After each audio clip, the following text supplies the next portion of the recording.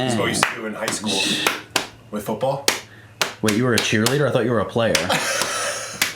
Alright guys, so we are here. I'm back in the studio, and I'm going to show you guys a quick, easy way to make hummus today. I was actually watching Jen Selter's Instagram, and I saw she made a really simple hummus recipe.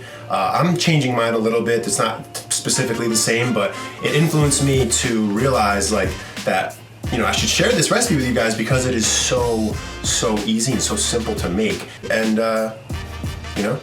without further ado, let's do it. You know what I'm saying? Alright guys, so I have my traditional blender here. You don't need anything specific, it's just something that's going to be able to blend smoothly. I'm looking to make a little bit more than what Jen did in her video, which I have here. They're organic, low sodium chickpeas that I'm going to be using. This is 2 cans worth because I'm making, Nathaniel, how many? We got your sister, your wife, you, 6 people. So we're trying to make just a lot here. So I'm going to first start out with the chickpeas, but just wanted to specify how much I'm using. You don't have to go crazy with the measurements or stay super strict. Throw more of a pinch of whatever you want in. I'm gonna be using things and using my eye. So we have that. I have some just things to show you. Obviously, naan bread is one of the best types of bread. Naan bread, I'm sorry, I'm definitely saying that wrong. Naan bread is the best type of bread in my opinion, or you could use pita. I have some flatbreads here. These are just sesame seed, everything bagel type flatbreads, and also pine nuts. If you guys know, tahini, we have it here, is ground up sesame seeds. Now you could take your own sesame seeds, throw those into some water, soak them, and then make your own tahini. We have garlic here, cumin right here, salt here, and then onion powder here. As you guys know, onion powder, I hold it very dear to my heart. So don't think onion powder would normally be thrown into a hummus, but I'm going to put it into mine because that's what I want to do. Forgot, I got a lemon here. We're going to be using this. This is one of the main ingredients as well. You need to have a lemon, all right? Not a lime, not an orange, a lemon. Trust me. Okay, so let's get started. I'm going to throw the chickpeas into the blender. Now I'm going to do the lemon slicing. I'm going to cut this lemon. All right, so literally so simple. Squeeze lemon. That's 2. Now, if you were just doing 1 can of chickpeas, I'd say use just half of a lemon. But since we're using a little bit more, I would just go a little bit harder with the lemon.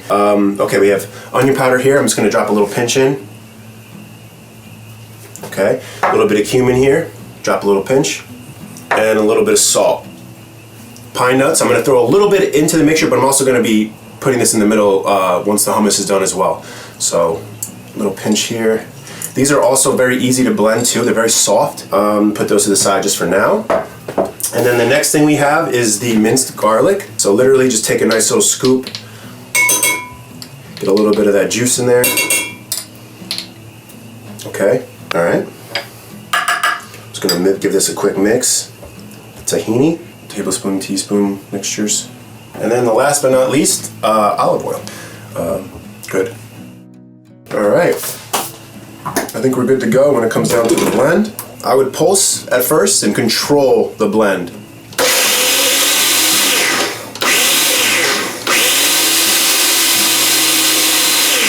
If it's not mixing perfectly, guys, you could just mix it like this, but obviously stronger blenders will always work better. Sometimes if you don't have that strong enough blender, it'll take a little bit of a process.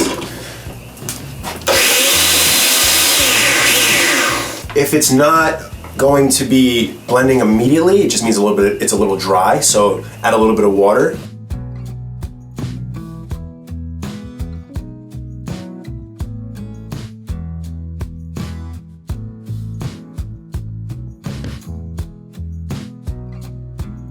Look at this consistency, baby. We're good. All right, guys, so this is the consistency you want. Make sure you're adding water as you go. You don't want to do it the other way around. If you add too much water, you're gonna end up having to add more chickpeas and add more roughage and just to soak up that water, and that's not something you want. You don't want to make a hummus smoothie.